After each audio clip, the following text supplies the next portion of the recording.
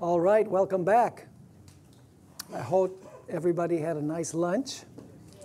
And we're ready for the final stretch today. 2 presentations, both of them on the 6th seal. And of course, now we're going to do part 1. And then the second session will deal primarily with the second part of the 6th seal. Before we do, we want to have a word of prayer like we always do. So let's bow our heads for a word of prayer. Our Father and our God, thank you for this wonderful day that you have given us. There's so many things to be thankful for. We wouldn't have enough pen and paper to write down all of them because you're so good. We ask, Lord, that you will be with us now as we open your word again. Give us clarity of thought. Give us tender hearts. And Lord, empower us to present to others the marvelous things from your word. Thank you for the promise of your presence, and we claim that promise in the name which is above all names, the name of Jesus. Amen. Amen. Okay, let's review what we've studied so far. The first seal represents what stage of history? Okay, the apostolic church going out conquering and to conquer. Thousands come into the church through the preaching of the apostles. Who does that disturb? Disturbed Satan. He said, I don't like this. I'm losing all my subjects from paganism to Christianity. So then you have the second horse, the red horse, the horse that sheds blood, the horse of persecution. So persecution arises. That's the period of the Roman emperors when paganism persecuted God's people. So then Satan says, you know, this isn't working because the more that I persecute them, the more they are. So I'm going to have to change my strategy. So he says, instead of fighting them, let's join them. And so he introduces apostasy into the church. He infiltrates the church with pagan customs and practices, with the world. And of course, that leads to spiritual famine, and it ultimately leads to the death of God's people under the 4th seal. Primarily, the yellow horse, the horse of death, the horse of the grave. And that represents the period when the papacy mowed down God's faithful people. And then, of course, we have the 5th seal, which is connected with the 4th. Under the 5th seal, those that were slain during the period of the 4th horse, the yellow horse, the period of the papal dominion, now they start crying out, until when, O Lord, do you not judge and avenge our blood from those who shed the blood on the earth? And we notice that the 5th seal has 2 stages. The first stage of the martyrs who cry out is the martyrs who died during the 1260 years that are now crying out to God for justice. And then we notice that there's a second stage to the 5th seal. That is, the future martyrs will cry out for God to judge and avenge those who shed their blood. So the 5th seal has 2 distinct stages, one past, one future. We're going to notice now that the 6th seal also has 2 distinct stages. But before we notice that, let's read the passage that describes the 6th seal. This is the longest passage of all the seals, many, many verses. I begin in Revelation 6 and verse 12. I looked when he opened the 6th seal, and behold, there was a great earthquake, and the sun became black as sackcloth of hair, and the moon became like blood, not darkened, but became like blood. And the stars of heaven fell to the earth, as a fig tree drops its late figs, which basically is unripe figs, when it is shaken by a mighty wind. Then, this is a very important word, then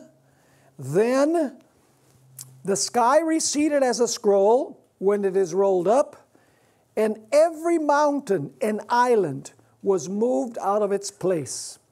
And the kings of the earth, those would be the rulers who govern the nations of the world, the great men, the high officers of the state, the rich men, that is the socially wealthy, the commanders of armies, the mighty men, these are the great men in battle, every slave and every free man, regular everyday citizens, hid themselves. Why did they hide themselves? Because they found themselves naked. You know, you'll notice under the sixth seal it says that if you're not covered with the righteousness of Christ, you will be found naked, spiritually, of course. And so it says here, once again, the mighty men, every slave and every free man, hid themselves in the caves and the rocks of the mountains, and said to the mountains and rocks, fall on us, and hide us from the face of him who sits on the throne, and from the wrath of the Lamb.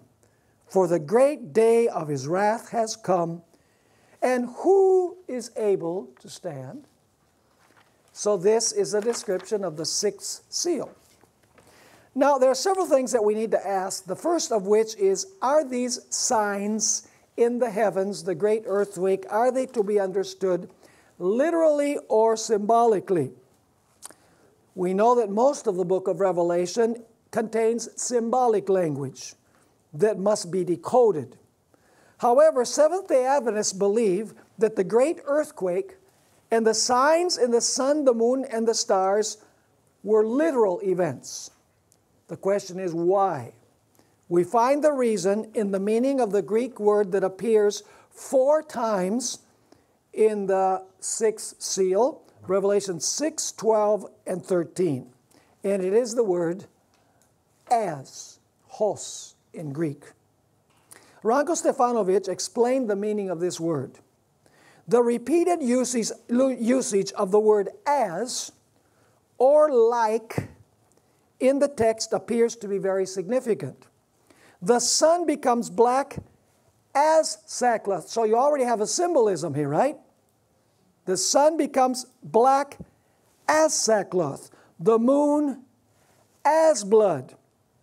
The stars of the sky fall as do the figs of the fig tree. And heaven splits as the papyrus scroll. So in other words, a reality is being compared with a symbol. Are you following me or not?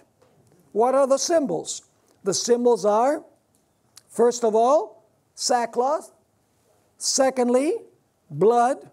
Third, the figs that fall from a tree. And 4, a papyrus scroll. So the comparison is already there. Are you with me or not? In Greek, this word introduces a figurative analogy to an actual event. That is, compared with something figurative. This suggests that these heavenly signs are intended to be taken what? Literally. And something is used as an analogy to illustrate the literal event. Now let's notice the link between the fifth and the sixth seals.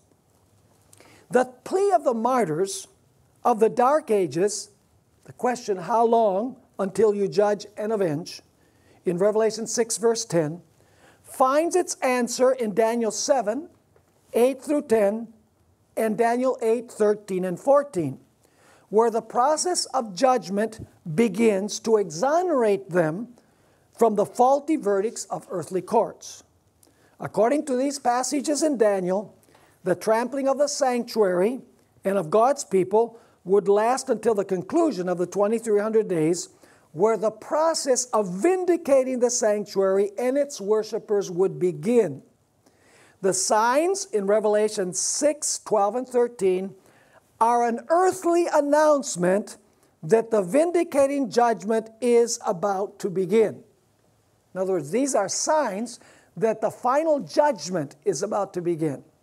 Incidentally, every time that Jesus begins a new work, there is an earthly announcement, a powerful earthly announcement. When Jesus came to this earth and became incarnate and was born, was there a powerful announcement? Yes, the angels in heaven sang.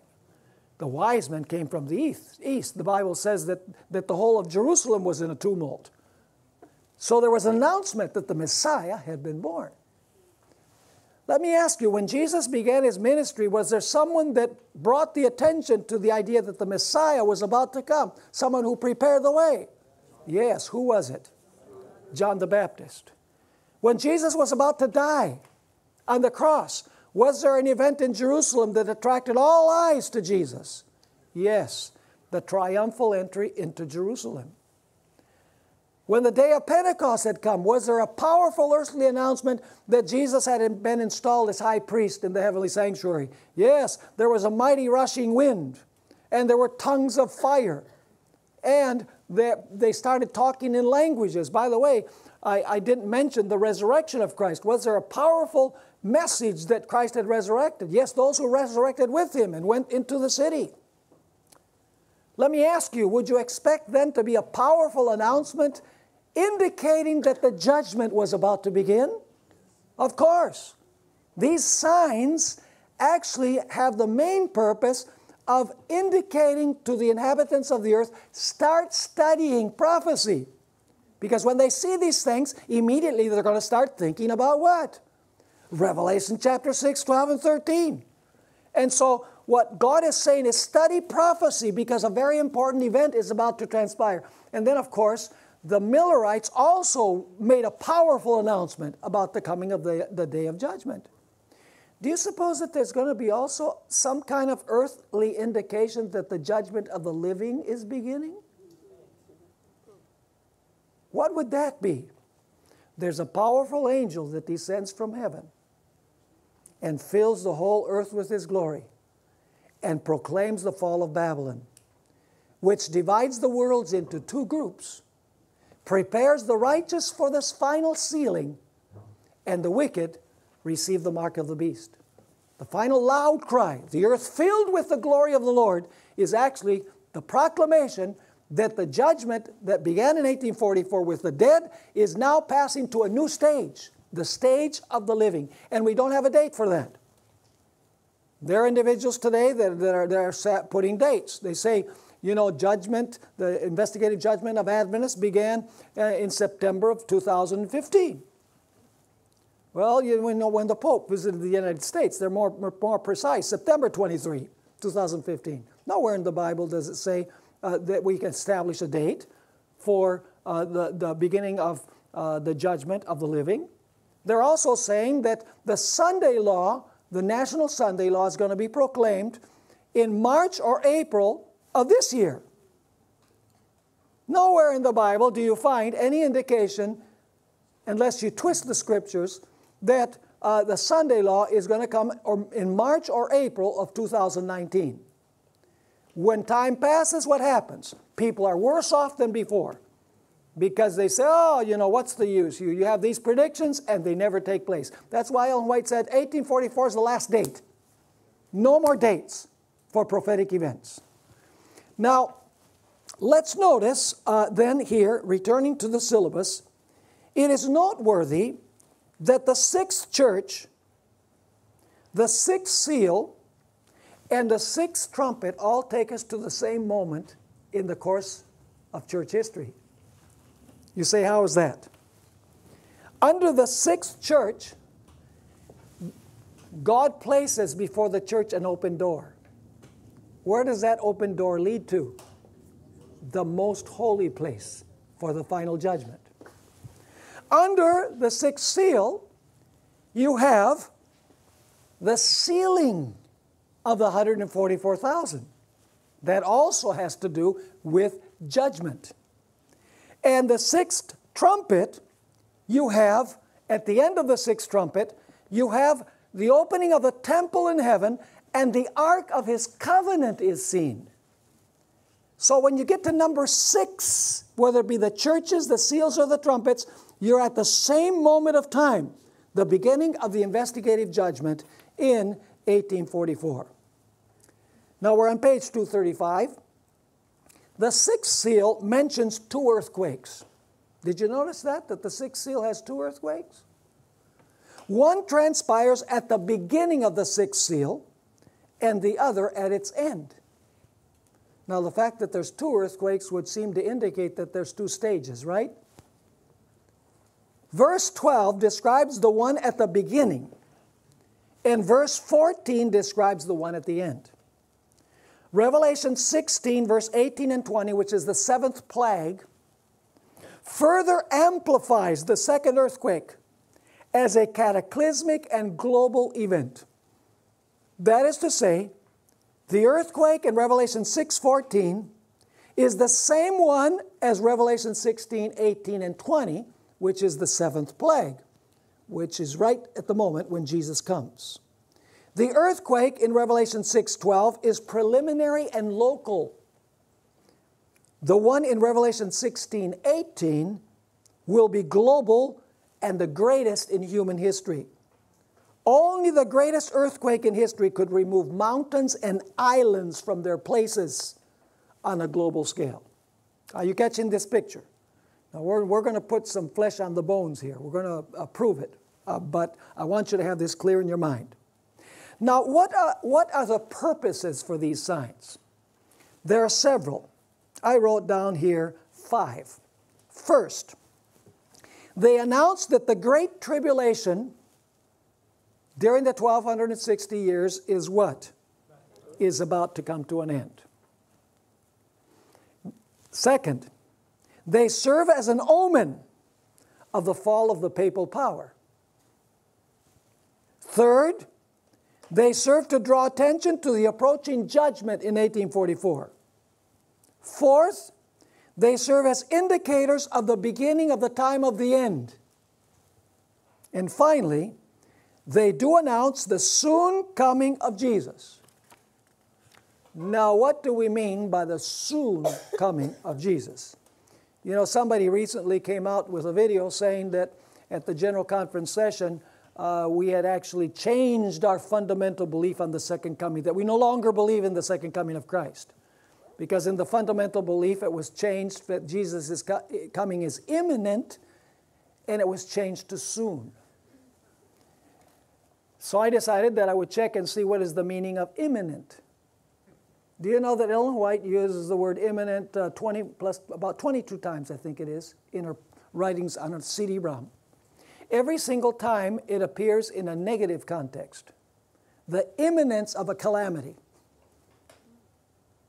Is the second coming a calamity for God's people?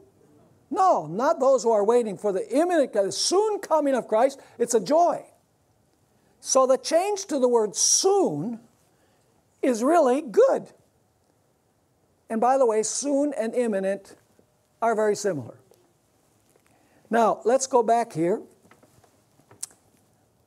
Critics, both within and without the Seventh-day Adventist Church, argue thus.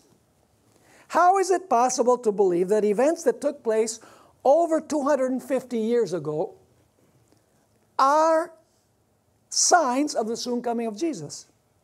Isn't this stretching credulity to its limit? On the surface, this argument might appear persuasive until we look at the number of these years in the context of a broader perspective. Let us suppose, for the sake of argument, that I am going to take a 6,000-mile trip. When I start the trip, we all agree that my destination is very distant. When I'm halfway there, the destination is still a long ways off. However, would you agree that when I am 250 miles from my destination, my arrival is near? After all, 250 years of 6,000 is only 4%. Are you following me? Now, Mervyn Maxwell, who was my teacher at the seminary, he passed away many years ago, wrote a book called Magnificent Disappointment. And on pages 91 and 92, this was published in 1994, he wrote the following words. We need a change of perspective. Instead of looking back to 1844 and finding it around 150 years in the past, let us go back to the beginning of human history and view 1844 as almost 6,000 years in the future. From the perspective of Eden, at the beginning of Earth's 6,000 years, the remaining distance between 1844 and the 1990s, this book was written in the 1990s, is hardly discernible. These 150 years between 1844 and the 1990s represent only 1/40th, 2.5% of human history. More than 90%, 97% of human history took place prior to 1844. Yes, we are indeed at the end of time.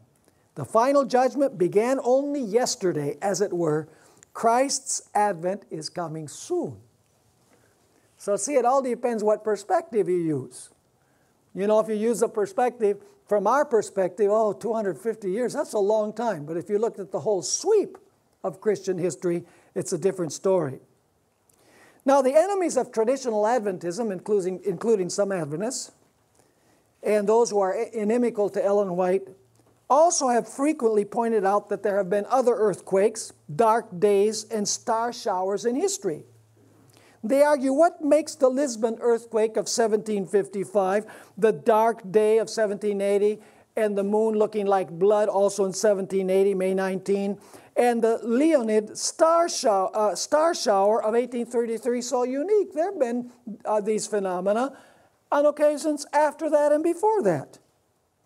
The answer is found in 4 points: location, order, time, and intensity. Let's begin with location. It is not coincidental that these signs did not occur in Africa, in Asia, or any of these places. Where did they occur? They occurred in Europe, and where else? In the United States of America. Why? Europe was significant because there the papacy would receive what? The deadly wound that would mark the end of the 1260-year tribulation and would begin the time of the end.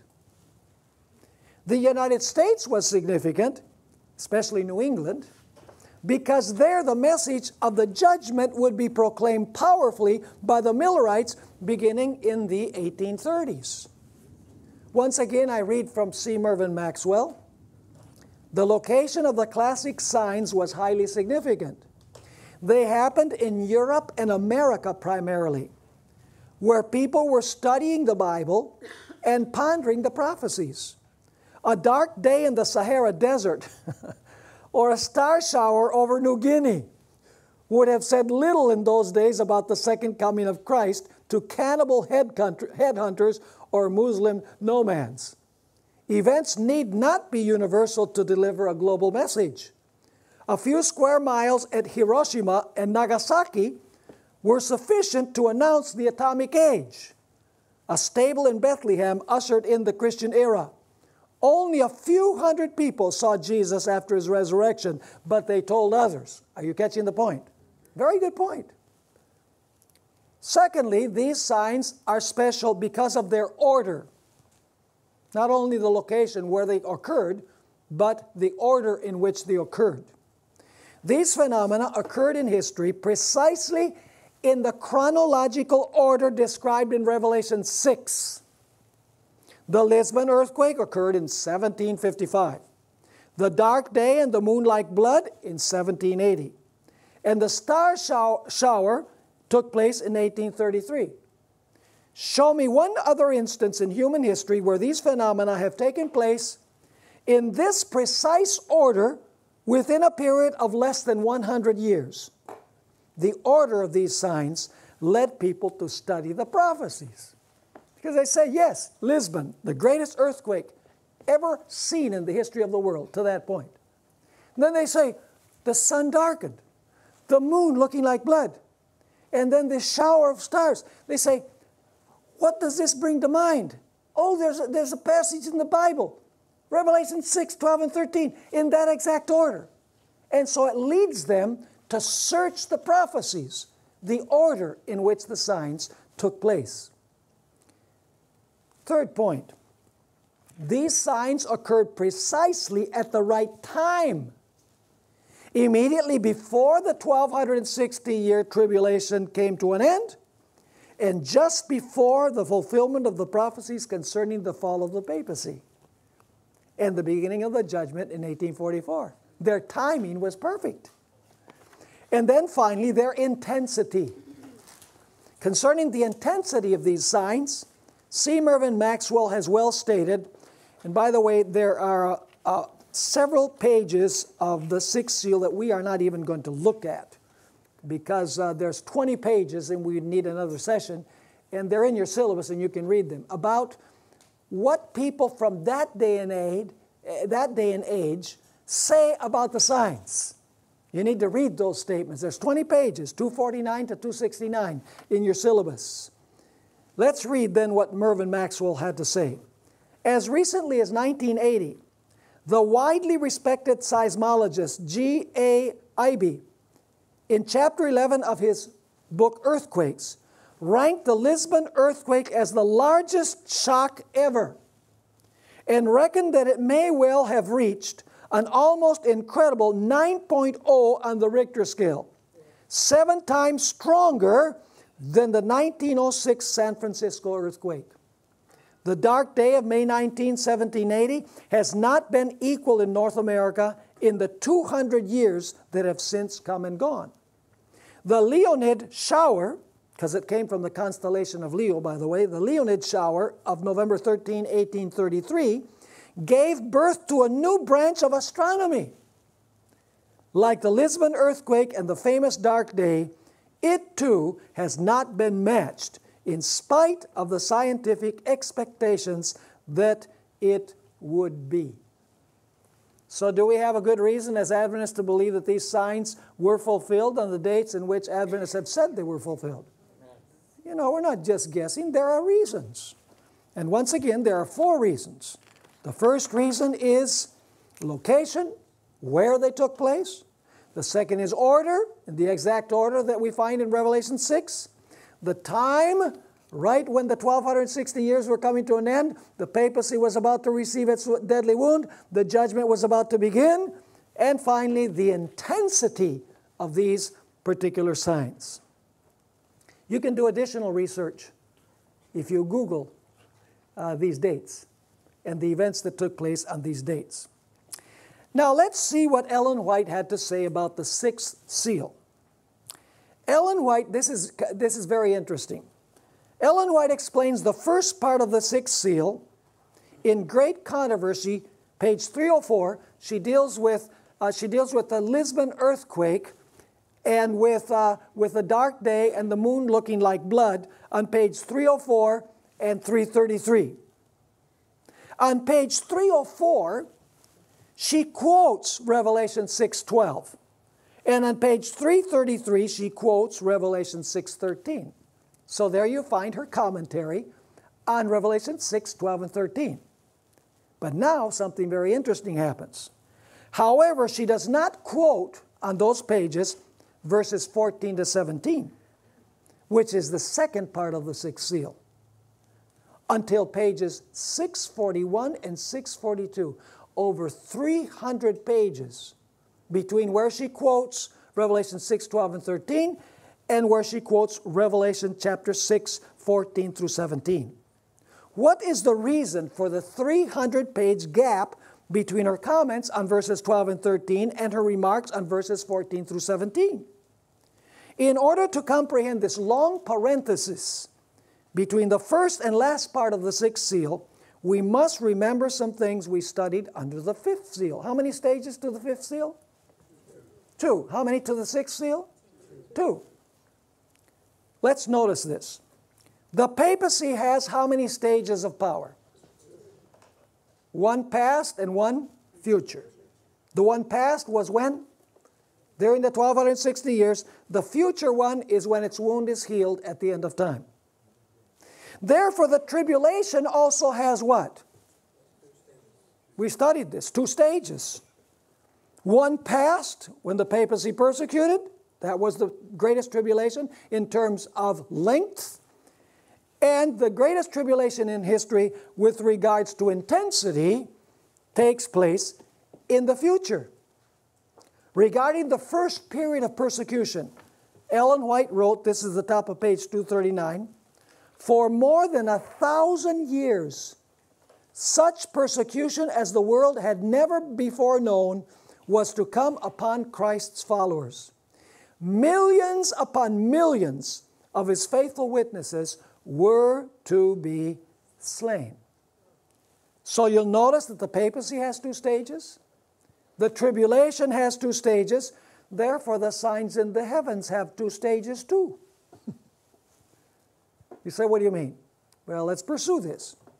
The first group of cosmic signs announces the end of the first period of tribulation and the soon-to-begin judging portion of the fifth seal.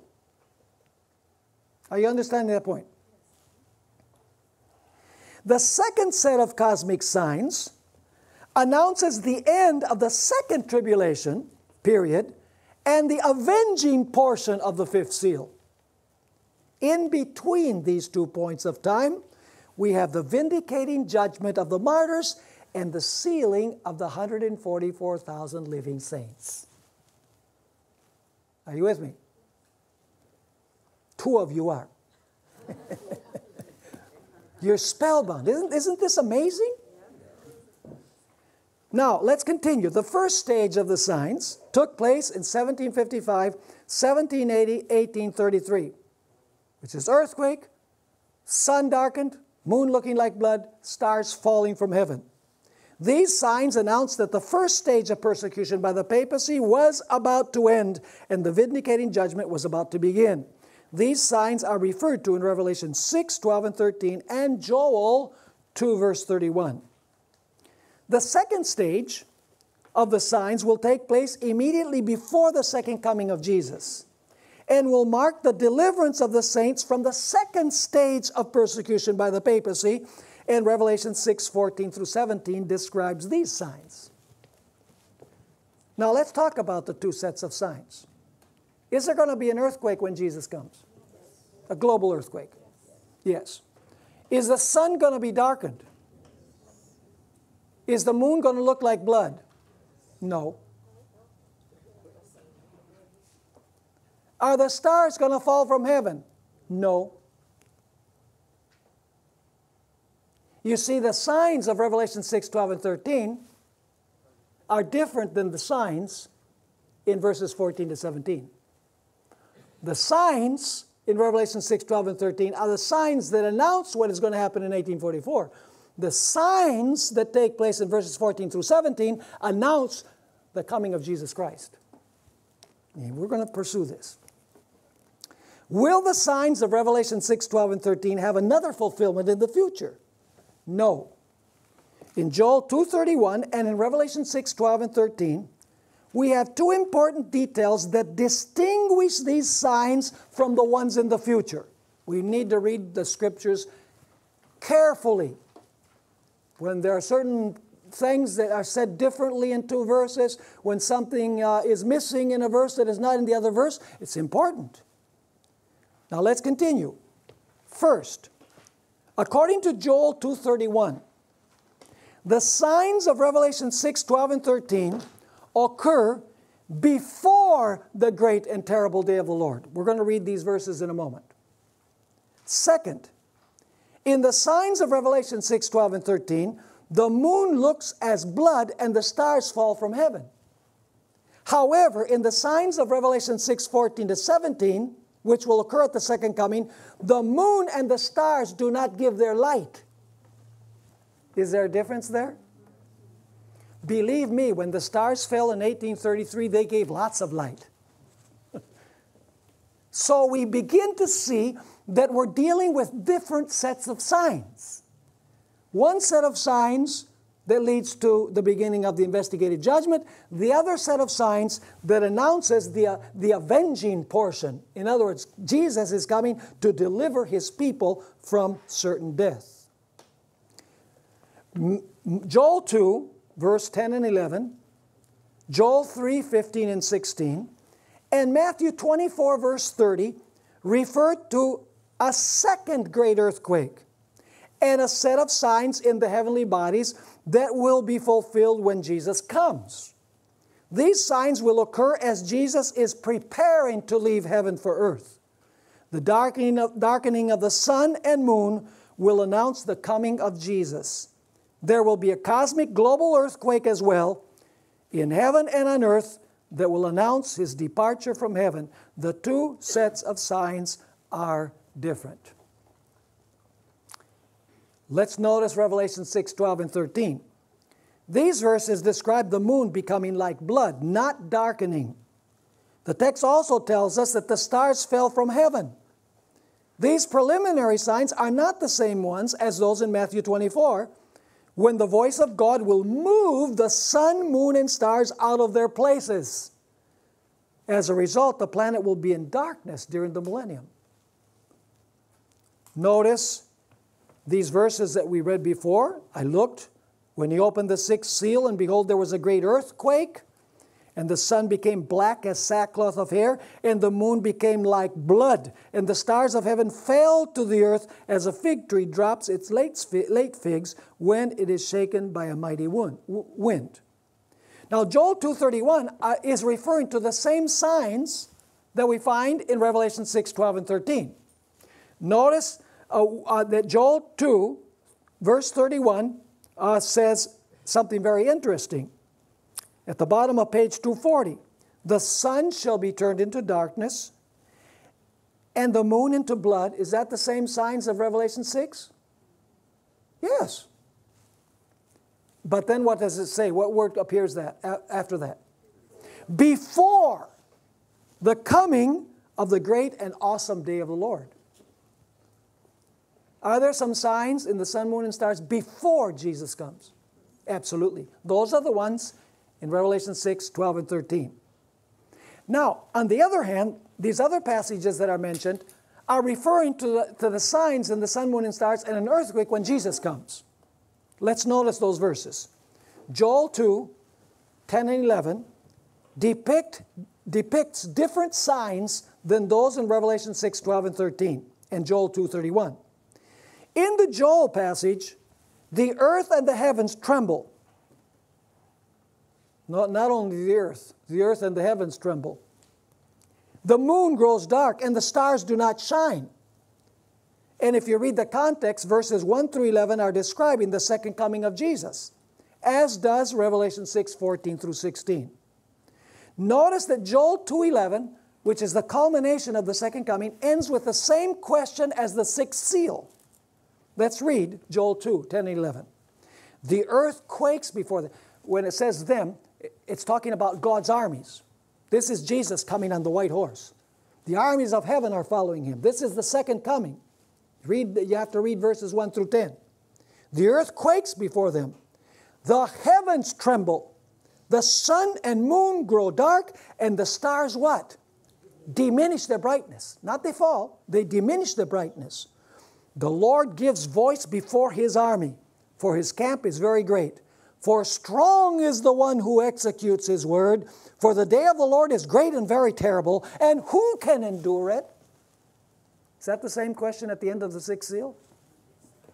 Absolutely. Are they the same signs as Revelation 6, 12, and 13? No. Notice Joel 3, 15, and 16. These verses do not describe the same signs spoken of in Revelation 6, 12, and 13.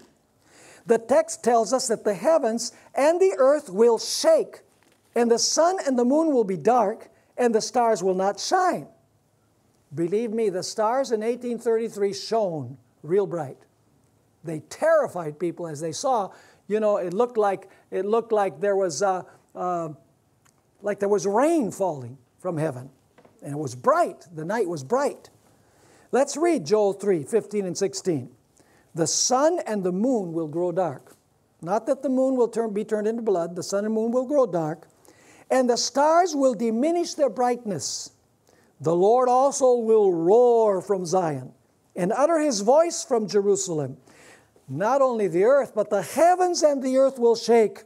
But the Lord will be a shelter for his people and the strength of the children of Israel.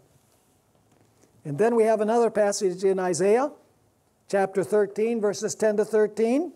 This passage is not parallel to Revelation 6, 12, and 13. In these verses, the sun, the moon, and the stars grow dark. This did not happen in 1755, 1780, and 1833.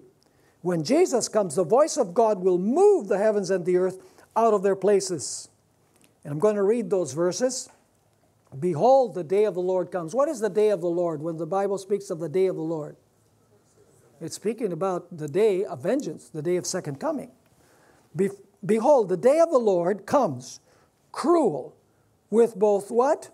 Wrath and fierce anger, to lay the land desolate. And he will destroy its sinners from it.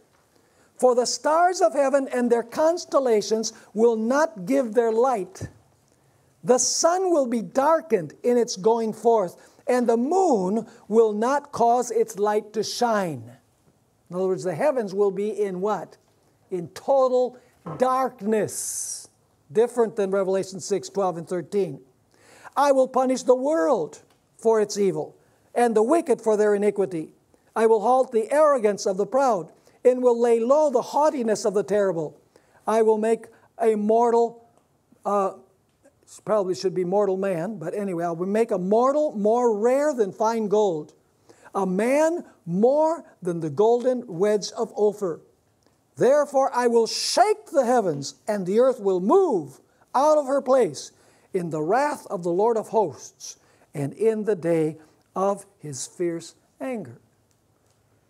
Does that sound like what happened in 1755, 1780, and 1833? No, these are different signs. The signs of Revelation 6, 12, and 13 are not repeated, because Revelation 6 has 2 earthquakes. Now, Revelation 6 describes the signs in the very order in which they historically occurred, as I mentioned. The great earthquake, 1755, the darkening of the sun, 1780, the moon becoming like blood that very evening, 1780, May 19, the stars falling from heaven, 1833. So what is the inevitable conclusion? The inevitable conclusion is that the signs in Joel 2:31, Acts 2:20, which we didn't read, and Revelation 6, 12, and 13 are different than the ones in Matthew 24:30, Joel 2, 10 and 11, Joel 3, 15 and 16, and Isaiah 13, verse 10 through verse 13. There is a difference between the expression, the time of the end, and the end of time. The time of the end is a period. The end of time is when Jesus comes. While the signs of Revelation 6, 12, and 13 announce that the history of the planet was entering upon the time of the end, the signs in Matthew 24:30 announce the end of time. Notice the entire passage of Matthew 24, 29 to 31. Immediately after the tribulation of those days, by the way, have you noticed that there's 2 references to tribulation in Matthew 24? In verse 21, there's mention of a tribulation. That's the period of papal persecution. And then in verse 29, you have tribulation again, because you have 2 stages to the tribulation. So it says that immediately after the tribulation of those days, that is the 1260 years, the sun will be darkened, and the moon will not give its light. Are these the same signs that led up to 1844? No. Because Matthew 24 says, immediately after the tribulation of those days, this is the final tribulation, the second stage of tribulation, the sun will be darkened, and the moon will not give its light, the stars will fall from heaven, and the powers of the heavens will be shaken. What happens next? Then the sign of the Son of Man will appear in heaven. Then all the tribes of the earth will mourn. Is this similar to Revelation 6, 14 to 17? Yes. And then all the tribes of the earth will mourn as they see the Son of Man coming on the clouds of heaven with power and great glory. And he will send his angels with a great sound of a trumpet, and they will gather together his elect from the 4 winds, from one end of heaven to the other. So let me ask you, the signs in the heavens and the earthquake that is mentioned in Matthew chapter 24, what do they announce? The beginning of the investigated judgment, or do they announce the second coming of Christ? It's the second coming of Christ. Now, who are the powers of the heavens that Matthew 24:29 mentions? Well, Genesis 1:16 tells us that the sun was made to rule the day, and the moon and the stars were made to rule the night. Ellen White, in Early Writings, page 41, explains very well what will happen with the heavenly bodies when Jesus comes. Notice this significant statement. I saw that when the Lord said heaven, in giving the signs recorded by whom? Matthew, Mark, and Luke, they're all parallel passages. He meant heaven. And when he said earth, he meant earth. The powers of heaven are what? The sun, the moon, and the stars. They rule in the heavens. The powers of the earth are those that rule on the earth. The powers of heaven, what are the powers of heaven according to what you said? Sun, moon, and stars. The powers of heaven will be shaken at the voice of God. Then the sun, moon, and stars will be what? Moved out of their places. They will not pass away, but be shaken by the voice of God. And that's the reason why during the millennium, the earth will be what? Without form and void. And Jeremiah said, I beheld the heavens, and in them there was no light. Why? Because the sun, moon, and stars have been what? They have been darkened. Now, let's notice here Ellen G. White and the signs. As we've stated before, Ellen White quotes Revelation 6, 12, and 13 in the Great Controversy, page 304, and then the falling of the stars in 333, and applies them to the signs that took place in 1755, 1870, and 1833.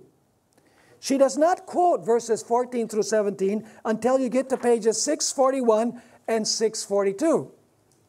Now, let's read that passage where she quotes Revelation chapter 6, verse 14 and 15 to 17. She's actually quoting in the chapter that has to do with the second coming of Christ. It says, the King of Kings, what? Descends upon the cloud, wrapped in flaming fire. The heavens are rolled together as a scroll. The earth trembles before him. And every mountain and island is moved out of its place. Is she describing Revelation 6:14? Yes. And the kings of, now she's going to quote verses 15 to 17. And the kings of the earth, and the great men, and the rich men, and the chief captains, and the mighty men, and every bondman, and every free man hid themselves in dens, and in the rocks of the mountains, and said to the mountains and rocks, fall on us, and hide us from the face of him that sitteth on the throne, and from the wrath of the Lamb, for the great day of his wrath is come. And who shall be able to stand? So where does Ellen White see the fulfillment of verses 14 to 17? At the second coming. Where does she see the fulfillment of verses 12 and 13? The signs that announce the end of the papal dominion, the end of the tribulation of the 1260 years, the beginning of the time of the end, and the beginning of the investigative judgment. That's the real reason why you have these signs. It's not to indicate that Jesus is coming tomorrow. We already looked at the time issue. Let's continue. Why did Ellen White separate verses 12 and 13 from verses 14 through 17 by over 300 pages? Clearly, because she knew there would be a long time parenthesis between the events of verses 12 and 13 and verses 14 through 17. And once again, this is a reiteration so that we are absolutely clear on this point. The principle at work here is that the signs that mark the end of the two stages of the tribulation, the signs mark the signs in the heavens, and the earthquake mark the end of the two times of tribulation, the past and the future. In both cases, the signs indicate that God has intervened to what? To deliver his people and to bring the tribulation to an end.